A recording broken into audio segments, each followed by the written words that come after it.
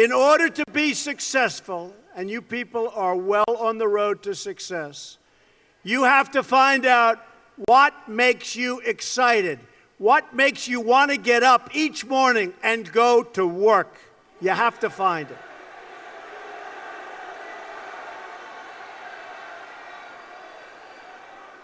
If you love what you do and dedicate yourself to your work, then you will gain momentum. And look, you have to. You need the word momentum. You will gain that momentum.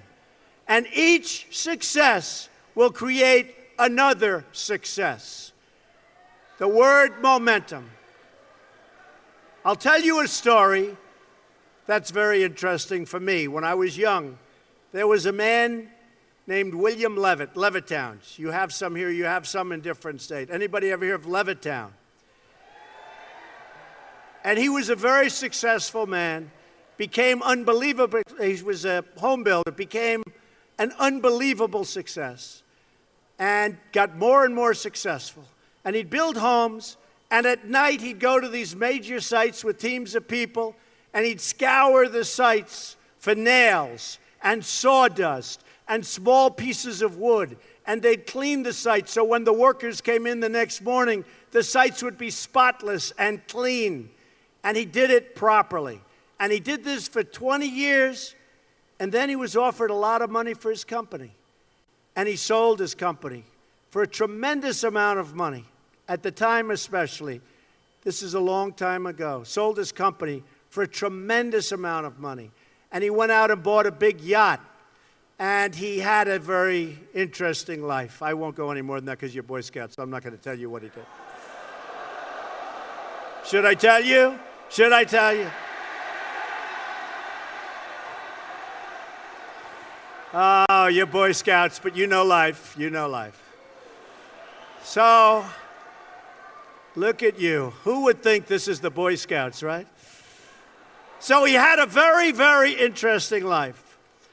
And the company that bought his company was a big conglomerate. And they didn't know anything about building homes, and they didn't know anything about picking up the nails and the sawdust and selling it and the scraps of wood. This was a big conglomerate based in New York City. And after about a 10-year period, they were losing a lot with it. It didn't mean anything to them, and they couldn't sell it. So they called William Levitt up, and they said, "Would you like to buy back your company?" And he said, "Yes, I would." He so badly wanted. He got bored with this life of yachts and sailing and all of the things he did in the south of France and other places. You won't get bored, right? You know, truthfully, your workers, you'll get bored too, believe me. Of course, having a few good years like that isn't so bad. But what happened is he bought back his company, and he bought back a lot of empty land. And he worked hard on getting it zoning, and he worked hard on starting to develop. And in the end, he failed, and he failed badly. Lost all of his money. He went personally bankrupt. And he was now much older. And I saw him at a cocktail party. And it was very sad because the hottest people in New York were at this party. It was the party of Steve Ross. Steve Ross, who was one of the great people he came up and discovered, really founded Time Warner. And he was a great guy. He had a lot of successful people at the party. And I was doing well, so I got invited to the party. I was very young. And I go in, but I'm in the real estate business. And I see 100 people, some of whom I recognize, and they're big in the entertainment business. And I see, sitting in the corner, was a little old man who was all by himself. Nobody was talking to him. I immediately recognized that that man was the once great William Levitt of Levittown. And I immediately went over. I wanted to talk to him more than the Hollywood show business communications people. So I went over and talked to him. And I said, "Mr. Levitt, I'm Donald Trump." He said, "I know." Said, "Mr. Levitt, how are you doing?" He goes, not well at all." And I knew that, but he said, "Not well at all." And he explained what was happening and how bad it's been and how hard it's been. And I said, What exactly happened? Why did this happen to you? You're one of the greats ever in our industry. Why did this happen to you? And he said, Donald, I lost my momentum. I lost my momentum.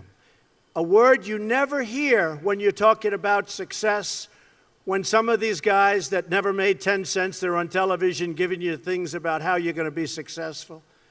And the only thing they ever did was a book and a tape. But I'll tell you, it was very sad, and I never forgot that moment, and I thought about it. And it's exactly true. He lost his momentum, meaning he took this period of time off, long, years, and then when he got back, he didn't have that same momentum. In life, I always tell this to people, you have to know whether or not you continue to have the momentum. And if you don't have it, that's okay.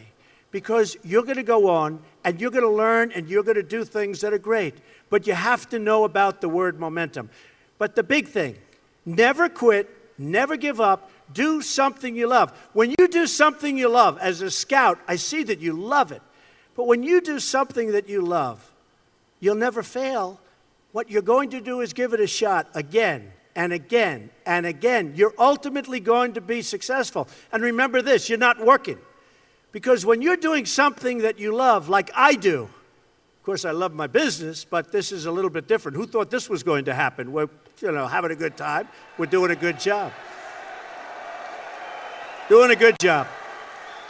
But when you do something that you love, remember this, it's not work. So you'll work 24/7, you're going to work all the time, and at the end of a year, you're not really working. You don't think of it as work. When you're not doing something that you like, or when you're forced in to do something that you really don't like, that's called work, and it's hard work and tedious work. So as much as you can, do something that you love, work hard, and never, ever give up, and you're going to be tremendously successful. Tremendously successful.